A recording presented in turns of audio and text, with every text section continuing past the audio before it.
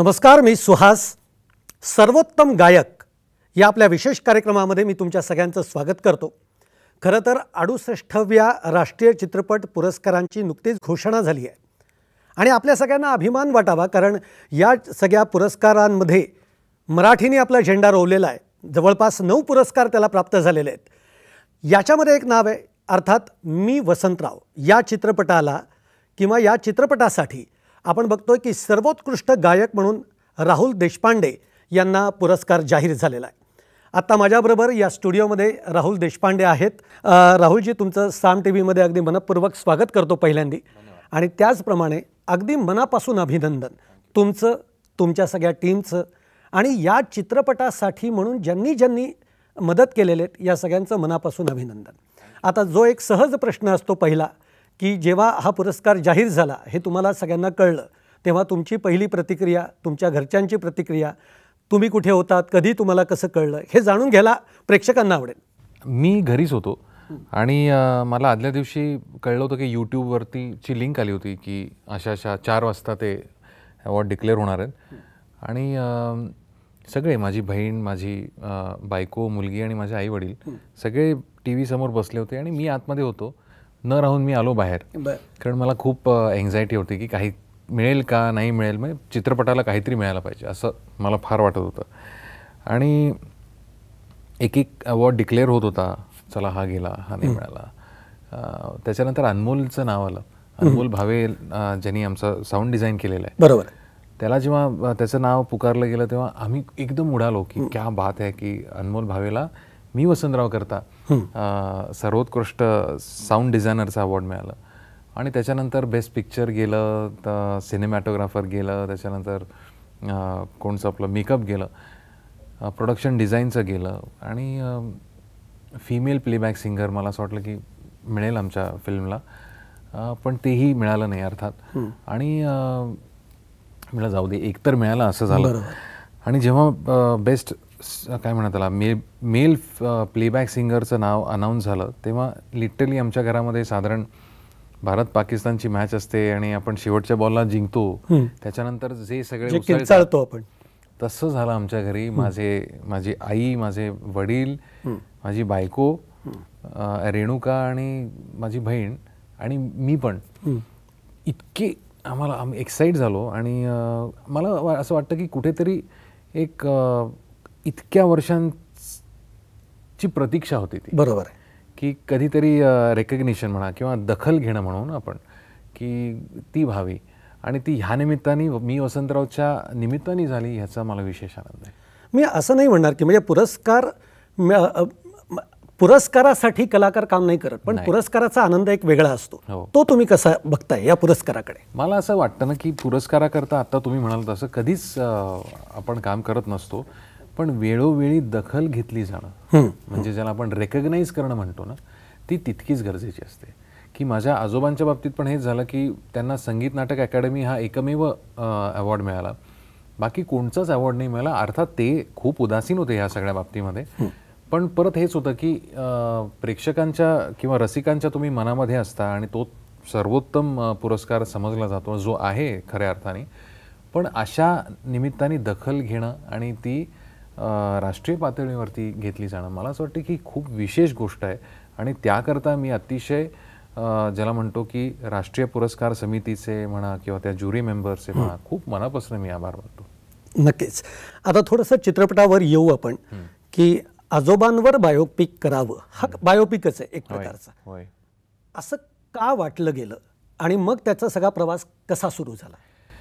आजोबांवरती biopic यावापेक्षा मला खूप अशी तळमळ होती की आजोबा माझे लोकांना माहिती नव्हते. म्हणजे वसंतराव देशपांडे हे कट्यार काळजात घुसली नाटकानंतर लोकांच्या समोर आले खऱ्या अर्थाने.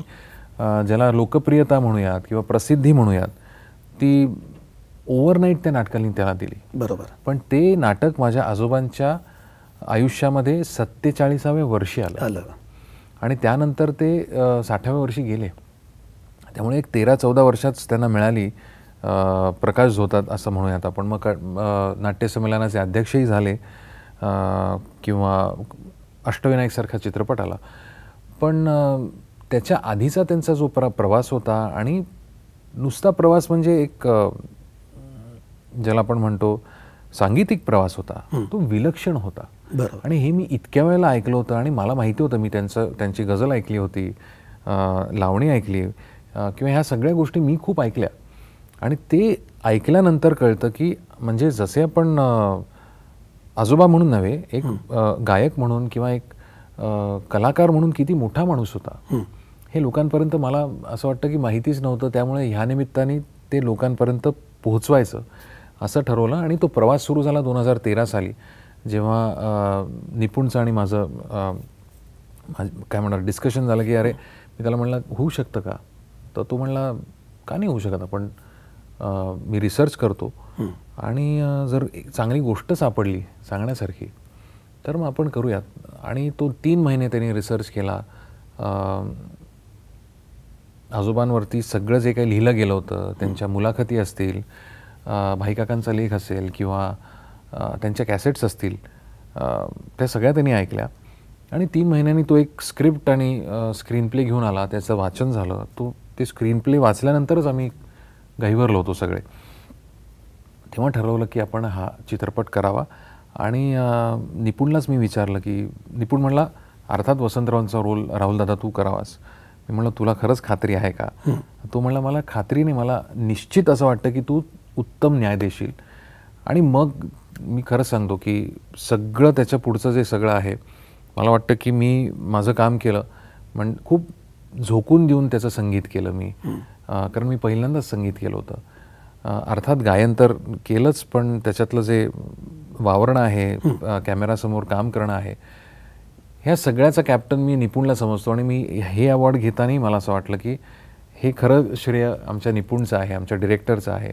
सो मला खूप आनंद झाला की ह्या निमित्ताने मी वसंतराव ॲटलिस्ट रेकग्नाईज झाला. सगळं माझं दिसणं होतं. सौरभ कापडे नावाचे आमचे जे लुक सगळं माझं ज्यांनी केलं आणि माझं मेकअप करायचं ते, सो ते सगळं श्रेय त्यांचं आहे. कारण 5 वेगवेगळे विग होते मला, वेगळ्या वयातले. आणि प्रत्येक सीनच्या वेळेला मग ते तसंच यायला पाहिजे, त्याची कंटिन्युटी, या खूप छोट्या छोट्या गोष्टी मला शिकायला मिळाल्या. बरोबर की मग 20 वर्षाचे जर वसंतराव असतील तर माझी बॉडी लँग्वेज बदलेल, 40 वर्षाचे असतील तर बदलेल, आणि मग 60व्या वर्षी तीही बदलेल, आवाज लावण्याची पद्धती बदलेल. सो ह्या खूप छोट्या छोट्या गोष्टींवरती मला काम करायला मिळालं. मला असं वाटतं की ह्या सगळ्या प्रवासाने, ह्या सगळ्या एक्सपिरियन्सनी मी खूप प्रगल्भ झालो, एक गायक म्हणून पण आणि एक ॲक्टर म्हणून पण. राहुल, असं आहे की म्हणजे वसंतरावांचा एकूण सांगीतिक प्रवास या चित्रपटात नाही येतो, पण त्यांचा खरा प्रवास जो आहे तोही खूप संघर्षाचा राहिलेला आहे. याही चित्रपट बनवताना अनेक अडचणी, अनेक संघर्ष तुम्हाला पार करावे लागलेले आहेत. मला वाटतं की वसंतरावांच्या आयुष्यातला जो संघर्ष आहे तो त्यांच्या चित्रपटाने पण तितकाच अनुभवला. कारण जसं आता तुम्ही मला म्हणालात की अभिनेता म्हणून तू पहिल्यांदाच आलास, आणि आम्ही जेव्हा सुरू केली ही प्रोसेस 2013 साली, तेव्हा निपुणनी फिल्म डिरेक्ट केली नव्हती. त्याची पहिली फिल्म, ज्याच्याकरता त्याला नंतर नॅशनल अवॉर्ड पण मिळाला, ती फिल्म यायची होती आणि हीच त्याची पहिली फिल्म होती. त्यामुळे आम्हाला एकतर ज्याला म्हणतो आपण निर्माता मिळायला आम्हाला 3-4 वर्षे गेली. आणि ते झाल्यानंतर मग, कारण पिरियड फिल्म म्हणल्यानंतर खूप पैसे लागतात, सो ती सगळी प्रोसेस होण्याकरता एक 6 वर्षे गेली. आणि मग फिल्म फ्लोअरला गेली मला वाटतं 2018 साली. बरोबर. नाही 19 साली. तर तो सगळा काळ झाला आणि त्याच्यानंतर परत 2 वर्ष कोविड. त्यामुळे फिल्म रिलीज म्हणजे 2013ची जी आम्ही सुरुवात केली होती ती 2022ला फिल्म रिलीज झाली. सो एवढा मोठा प्रवास होता 9 वर्षाचा. तरीही मी म्हटलं तसं की प्रत्येक छोट्या छोट्या जे अडथळे होते ते पार करण्यामध्ये जी मजा आली, म्हणजे एक असं समाधान पण मिळतं की हो आपण हे करणार आहोत. आणि ते झाल्यानंतर मला असं वाटतं की त्या प्रोसेसमध्येच इतकी मजा आली की हो आपण हे केलं, की फायनल प्रोडक्ट जेव्हा पाहिलं तेव्हा असं खरंच वाटलं की हे खरंच आपण एवढं केलं होतं का. आणि जर केलं असेल तर खरंच मनापासून हे सगळं झालं. आणि सगळे तुम्हाला सांगतो सेटवरती कुणाचंही कुणाशी भांडण झालं नाही, कुठे कुणाचे रुसवे फुगवे झाले नाहीत. मला असं वाटतं की हे खूप आम्ही एन्जॉय केलं की सेटवरती वातावरण इतकं भारलेलं असायचं, सारखं आजोबांचं गाणं चालू असायचं कुठेतरी बॅकग्राऊंडला जेव्हा शॉट नसायचा तेव्हा. त्यामुळे आम्ही सगळे वसंतरावमय होतो तेव्हा. बरोबर. त्यामुळे ते मला वाटतं की त्या गोष्टी छोट्या छोट्या ज्या आहेत त्या गोष्टी चित्रपटामध्ये अशा पद्धतीने दिसून येतात की असं वाटतच नाही की आपण कोणीतरी ॲक्टिंग करताना पाहतोय. ही प्रतिक्रिया मला खूप मोठ्या मोठ्या लोकांकडनं मिळाली की नाना पाटेकरांनी जेव्हा फिल्म बघितली तेव्हा ते इतके भारावून गेले. ते म्हणाले की राहुल, तू जितका चांगला गातोस तितकाच चांगला तू अभिनय केलेला आहेस आणि ह्याच्याकरता जर तुला अभिनयाकरता जरी राष्ट्रीय पुरस्कार मिळाला तरी मला नवल वाटणार नाही. क्या बात आहे. मला असं वाटतं की नानांनी असं म्हणणं माझ्याकरता हा खूप मोठा पुरस्कार आहे, कारण ते कधीही खोटं बोलत नाहीत आणि वेळोवेळी ते माझे कान पण पिळतात, जो अर्थात अधिकार आहे त्यांचा.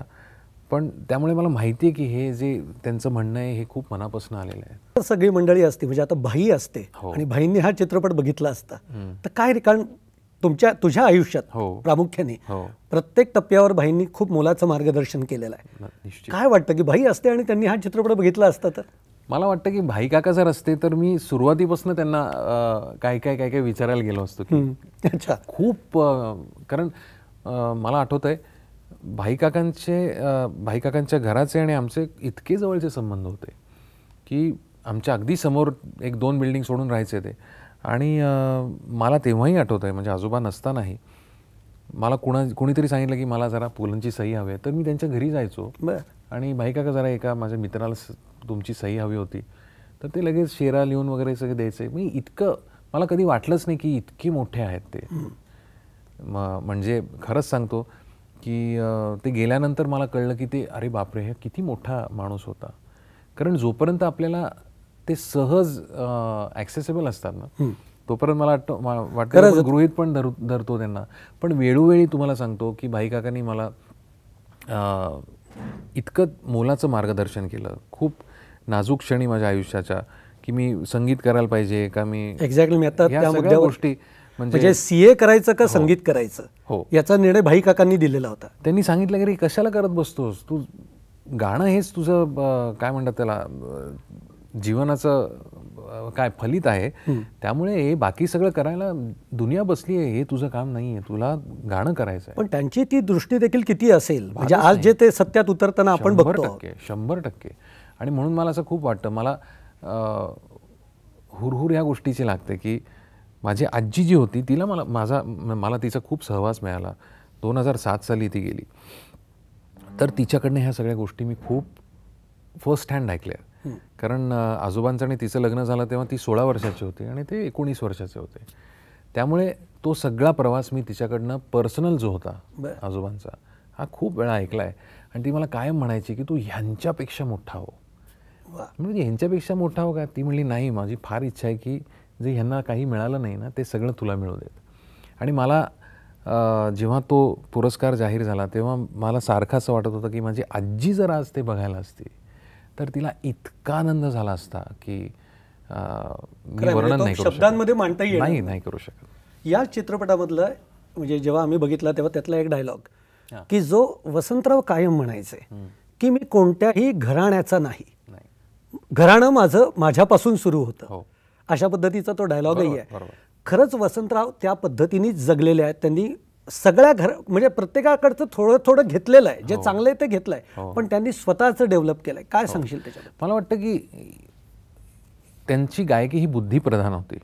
अर्थात ते ग्वाल्हेर घराण्यामध्ये त्यांचं सुरुवातीचं शिक्षण झालं, मग सुरेश बाबू मानेंकडे म्हणजे किराणा घराण्यामध्ये 10 वर्ष त्यांचं शिक्षण झालं.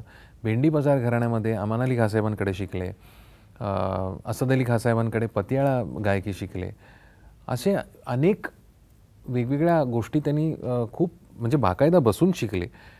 पण असं आहे ना की एवढं सगळं असताना त्यांच्या आतमध्ये कुठेतरी मास्तर होते दीनानाथ मंगेशकर. कारण लहानपणी जो प्रभाव होता त्यांच्यावरती तो इतका होता की एकलव्यासारखे त्यांनी त्यांची गायकी, मला असं वाटतं की मास्तरांची गायकी, ते माझे आजोबा म्हणायचे की मी त्यांचा झेंडा घेऊन फिरतोय, की त्या गायकीचा झेंडा, ती गायकी पुढे नेणं, आणि ती सोपी नव्हती, ती खूप कठीण गायकी होती. जे त्यांना चांगलं वाटलं, जे त्यांना भावलं, त्या सगळ्या गोष्टी त्यांनी आपल्या गाण्यामध्ये समाविष्ट केल्या होत्या आणि त्यामुळे ते कोणत्याही घराण्यासारखं ऐकू यायचं नाही. खरं आहे. आणि म्हणून जेव्हा कोणतरी एका खडूस श्रोत्याने विचारलं की का हो देशपांडे तुमचं घराणं कोणतं, ते म्हणले माझं घराणं माझ्यापासून सुरू होतं. म्हणजे त्याच्यामध्ये अभिमान नव्हता, मला असं वाटतं की त्याच्या पाठीमागे आत्मविश्वास होता. की जसं भाई काका म्हणायचे ना, एका ठिकाणी त्यांनी म्हणून ठेवलं की पिकासो म्हणायचं मी काढतो ती चित्रकला, तसा वसंतला इतका आत्मविश्वास होता की मी गातो ही गायकी. आज नाही उद्या नाही पण लोकांना हे मान्य करायला लागेल की हो हे गाणं आहे. खरं आहे. राहुल, अगदी प्रामाणिकपणाने सांगतो, म्हणजे तुझा इंटरव्ह्यू करताना मला प्रचंड धडपण आलं, कारण शास्त्रीय संगीत बिंगीत हे सगळं असं डोक्यावरनं जाणारं. पण हे सगळं जरी असलं तरीही पंडितजींची गाणी मी ऐकतो. म्हणजे घेई छंद वगैरे हे मला जेव्हा जेव्हा असं वाटतं ना की मी आत्ता खूप एकटा आहे, तेव्हा मी ही गाणी ऐकतो आणि मला बरं वाटतं. आपले प्रेक्षकही आहेत. मला असं वाटतं की आता सगळा वसंतरावांचाच विषय आहे, एखादं ऐकवलंस थोडंसं. काय घे छंदच ऐकू आवडेल. घे छंद मकरंद प्रिय हा मिलिंद मधुसेवना नंद स्वच्छंद धुंद गे गे गे छंद. वा, आणि धन्यवाद. थँक्यू. Thank you thank you. आता वसंतराव जसं म्हणत होते की माझं कोणतंही घराणं नाही, हो. तुला काय वाटतं तुझं गाणं कसं आहे? मला खरं सांगू का, मी माझ्या एक कक्षा आखून ठेवलेल्या आहेत. आता असं असतं की जसं तुम्हाला गाणं कळायला लागतं, जसं तुम्ही मोठे होता तसे तुम्ही मच्युअर होता. आणि मी माझ्या कक्षा ठरवून घेतलेल्या आहेत. मी वसंतरावांच्या तशा अर्थाने कोणत्या शिष्याकडे मी अशी बसून तालीम नाही घेतलेली. पण मी माझे जे गुरु सगळे आहेत की गंगाधरबाब पिंपळखरे असतील, मधुसूदन पटवर्धन असतील, उषाताई चिपलकट्टी असतील किंवा मुकुल शिवपुत्र, त्यांनी जे मला दिलं त्याच्या व्यतिरिक्त मी जे ऐकलं, मला ज्या लोकांचं गाणं आवडलं ऐकायला, म्हणजे त्याच्यात भीमसेनजी असतील, किशोरीताई असतील किंवा अभिषेकी बुवा असतील, मला ह्या सगळ्या मोठ्या थोर लोकांच्या, कुमारजी असतील, ते आपसूक माझ्या आतमध्ये घर करून गेले. आणि ते मी तसं म्हणलं तसं माझ्या कक्षेमध्ये मी उडू शकतो, माझ्या कक्षेत मी पळू शकतो, धावू शकतो, त्या कक्षेत येणारे वसंतराव तेच मी मांडू शकतो. वा. त्या कक्षेमध्ये येणारे ही सगळी मंडळी आहेत ती मांडू शकतो. पण हे म्हणताना मीही हे सांगतो की जे मी गातो ते माझंच गाणं आहे. बरोबर. ते ह्या कुणाचंच नाही आहे. कारण जसं मला त्याचं आकलन झालं आहे, मला ज्या पद्धतीने ते मांडावं असं वाटतं म्हणून ते माझं गाणं आहे. आणि ते आजचं गाणं आहे. क्या बात. ते वर्तमानातलं गाणं आहे हे. म्हणून मला असं कायम वाटतं की सगळ्या गोष्टी इव्हॉल्व्ह होतात. आणि माझे आजोबा पण फार त्या मोमेंटमध्ये जगायचे. ते म्हणले कालचं माझं गाणं नव्हतं, काल मी जे गायलो ते शिळ आहे, म्हणून त्यांनी कधीही त्यांचं रेकॉर्डिंग आणलं नाही. ते म्हणले आत्ता मी जे गातो ते माझं गाणं. वा. त्यामुळे मी इतका कट्टर जरी नसलो किंवा, कारण त्यांची प्रतिभा वेगळी होती, पण माझं म्हणणं असं आहे की आत्ताचं जे काही, कारण मी फक्त हे नाही ऐकलेलं, मी खूप वेस्टर्न म्युझिक ऐकले, म्हणजे पॉप्युलर, मी क्लासिकल नाही म्हणत आहे, पॉप्युलर म्युझिक ऐकत ऐकत मोठा झालो आहे. आजचीही मी गाणी खूप ऐकतो. त्याच्यामुळे ह्या सगळ्याचा परिणाम माझ्यावरती जो होतो आणि मग मी ज्या पद्धतीने व्यक्त होतो ते माझं व्यक्त होणं आहे, ते सुरातनं होतं, म्हणून ते माझं आजचं गाणं आहे. वेगळे पण तू त्या वसंतोत्सवामध्ये पण आणलंस. हो. म्हणजे तू तिथं फक्त असं शास्त्रीय वगैरे असं न ठेवता तू तिथं जे म्युझिक आहे, जे संगीत आहे, ते सगळं तिथे हे केलंस. होय. काय म्हणजे तो थॉट सगळा का असं परत मला वाटतं की आजोबांचं एक जे म्युझिकल कॅरेक्टर स्केच आपण जर बघितलं तर त्यांनी कोणताही प्रकार गौण मानला नाही. प्रत्येक संगीताच्या प्रकारावरती खूप मनापासून प्रेम केलं. म्हणजे तो प्रकार अतिशय चांगल्या पद्धतीने हाताळला, पण महत्त्वाचं ते प्रेम केलं. त्याच्यामुळे ते एखादी लावणी पण तितक्याच तन्मयतेने गायची जितकं एखादं अभंग असेल किंवा शास्त्रीय संगीतातली बंदिश असेल. त्यामुळे वसंत उत्सव म्हणजे सेलिब्रेशन ऑफ म्युझिक. मग त्याच्यामध्ये जे श्रवणी असेल आणि प्रेक्षणीय असेल ते मी सगळं, मला जे आवडतं ऐकायला ते सगळं मी त्याच्यामध्ये समाविष्ट केलं. त्याच्यावर टीकाही झाली होती. होऊ देत ना. बरं. मग काय झालं. मला असं वाटतं की टीका, आपण जर एखादी गोष्ट प्रामाणिकपणे करत असू तर नंतर त्याचं काय होणार आहे ह्याचा आपण विचार नाही करायचा नाही. आपण खूप मनापासून करतो, चांगल्या भावनेनी करतो. जे आहे ते लोकांच्या समोर ठेवायचं, त्याचं पुढे जज काय होतो, म्हणजे काय करायचं हे लोकांनी ठरवावं, हे चांगलं आहे का वाईट आहे. राहुल, आता हा पुरस्कार तर मिळाला, हो. यामुळे आणखीन जबाबदारी तुझी वाढते. आता पुढच्या टप्प्यामध्ये राहुलला काय करावं वाटतंय? आता एक अजून दालन ओपन झालंय अभिनयाचं. हो, मला खूप आवडेल चांगला एखादा रोल आला करावासा वाटला तर. पण अर्थात माझा कोर मी हलू देत नाही. माझा कोर हा एका शास्त्रीय संगीतकाराचा आहे. हॅव्हिंग सेड दॅट, मला खूप जास्ती कंपोज करायला आवडतं. मी या लॉकडाऊनच्या काळात 40-50 गझला कंपोज केल्या.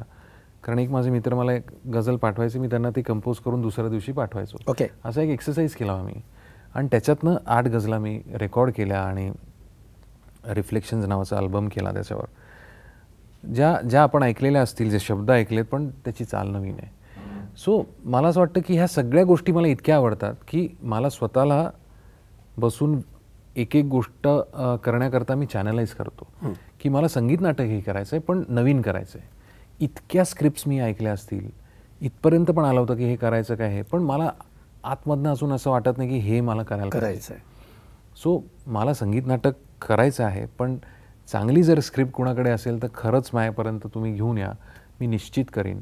आणि तसंच फिल्मचं पण आहे की कोणताही रोल आला आणि चला मला असं नाही. कारण नाही केलं तरी चालणार आहे मी, पण जर करायचं असेल तर खरंच काहीतरी मिनिंगफुल असेल तर मला आवडेल करायला. निश्चित. आता अगदी शेवट आहे. हो, मला वाटतं की एक छानसं तुझं गाणं याच्यावरच शेवट आपण करू शकू. मी वसंतराव मधलंच शेवटचं जे गाणं आहे, अतिशय सुंदर लिहिलं ते वैभव जोशी यांनी. कंठात आर्त ओळी, डोळ्यात प्राण आले. कंठात आर्त ओळी, डोळ्यात प्राण आले. आता समेवरी हे कैवल्य गान आले. कैवल्य गान आले. कंठात आर्त ओळी, डोळ्यात प्राण आले.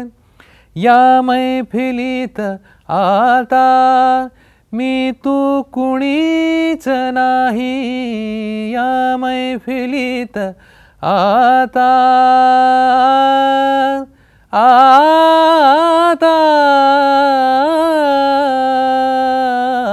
या मैफिलीत आता मी तू कुणीच नाही. घेरे सुखात घेरे, घे ईश्वरा तिहाई. लयताल सूर सारे सारे, लयताल सूर सारे. शून्यात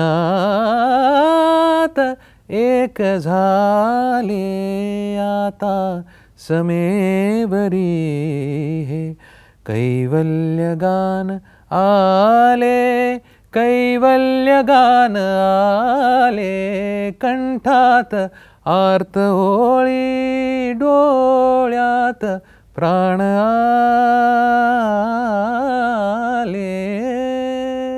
वा राहुल, पुन्हा एकदा मी तुझं अभिनंदन करतो आणि तुझ्या पुढच्या वाटचालींना शुभेच्छा.